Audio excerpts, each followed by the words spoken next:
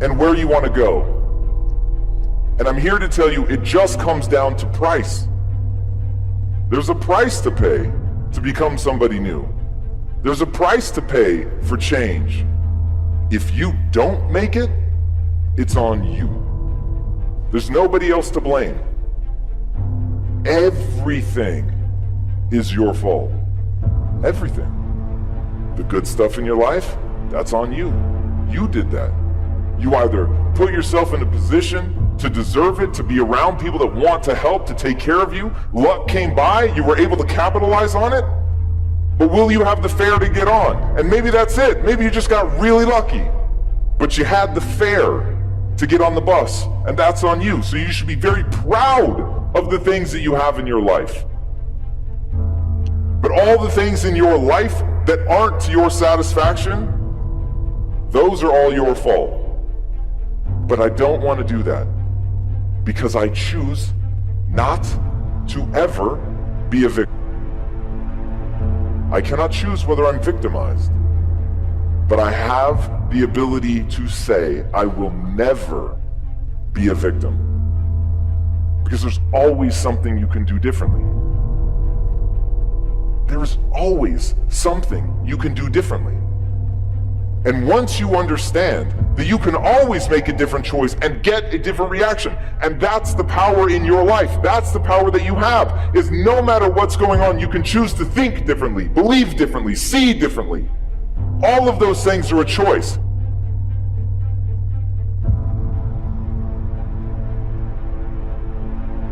When we look at the leading sales professionals of the world, when we look at the best leaders without title, when we look at the masters of HR, the masters of R&D, we look at the best business people, we say she's gifted, she's smarter than me, she's better with people than me, she just somehow knows more than me, she's got a better education, she had an easier background, she got lucky. You've heard the cliche because it's true, the harder I work, the luckier I get. I'm here today, I'm an ordinary person, but I focused on my craft. I had a burning desire to be excellent. I love what I do. What I do, this leadership message, sharing in my books and speaking is my oxygen, it's my DNA. 4 in the morning I get up and I'm working in my craft because I love it. I love it. I think I know every single one of us can be a genius quicker than you think, quicker than you think. But if you focus on all things, then to be all things to all people, you can never really get to mastery or specialty. Life is a mirror, and life gives us not what we want. Life gives us who we are. And it's amazing what happens as you walk out in the world and as you begin to take responsibility for leading without title, for adding more value, for inspiring people more, for innovating where you're planted, for building relationships, for being the nicest person that you know. What begins to happen through an organization and through your life?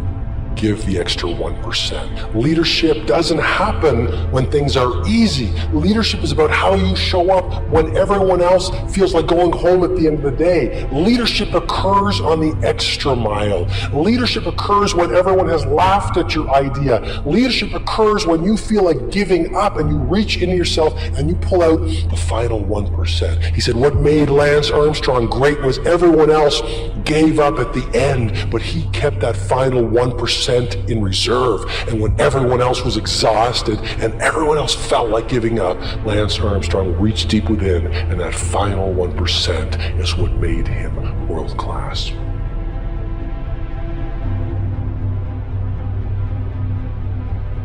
Success is like a quiet daily set of tasks, real small, real small.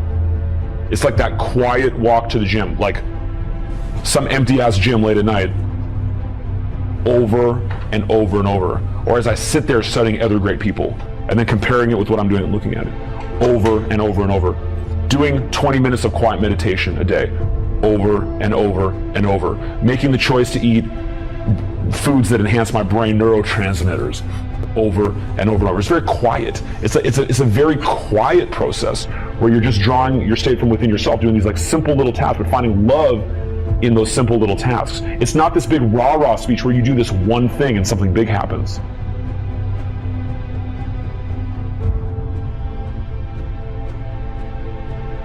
struggle is guaranteed. The struggle is guaranteed. The success is not. And like the thing that I beg you guys is to have the guts to fail at something that you love. And when you are on the mud, on your face, and people are laughing, the I told you so's are coming out, that you remember one simple fact. You loved what you were doing, and you left it out on the field. What the is there? What more can you ask of yourself than to really try? That's the life to live. That's the life. Like to say, I care about this, it matters, it gives me purpose, I'm gonna fight for this. This is a group of people I wanna serve. And I'm gonna go all the way out every day. And look, you're not gonna hit it every day. There's gonna be days where you're off. There's gonna be days where you're weak. Weak. But if that day, instead of bullshitting yourself, instead of saying I wasn't weak today, what are you talking about? If that day you own it, and you say, yeah, I was weak today, and I'm not gonna be weak tomorrow, but I'm not afraid to face that. I'm not afraid to accept that I'm not perfect. I'm not afraid to look in the mirror and say today was a bad day, that I didn't make myself proud today. But that shouldn't diminish who you are. It shouldn't diminish your view of yourself. Why? Because it wouldn't serve you. Because if you beat yourself up today, you make it harder for you to be rad tomorrow.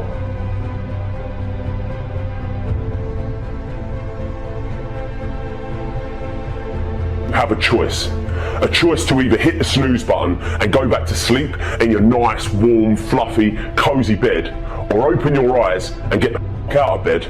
That's a choice that takes discipline. It all starts that first second. How you start your day and that decision that you make in that instant isn't as small as just getting up of bed or not. It's a decision that can shape the rest of your fucking life. I don't think greatness is something you're born with. It's something that truly exists in everyone. I look at it as a superpower we all have. But unless we learn the right way to get it by going through all of the hard work, we simply ain't worthy of it. You have greatness inside you. What you do with it is down to you. Most of the time you're going to feel like there's no way out, that you can't do it. But listen to me when I say there is always hope. But you have to take control. Because the minute you tell yourself that you control this is the minute you can start to change it. The real reason you ain't doing the that you should be doing is because subconsciously you're afraid to fail. You're afraid you won't get it. You're afraid they'll say no. You're afraid you'll get hurt. Face your fears. Once you admit this simple truth, you'll start finding it a lot easier to deal with.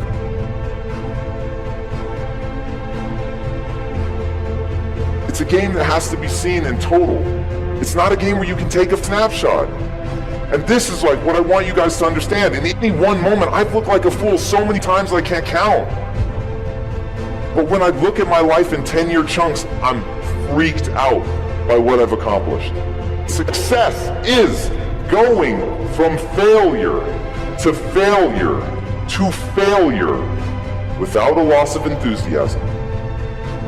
It doesn't matter if you win, that's not success. The success is going from the failure to the failure to the failure and still being excited to show up. So I'm okay if I don't become the ultimate version of what I could become, but I won't tolerate not trying.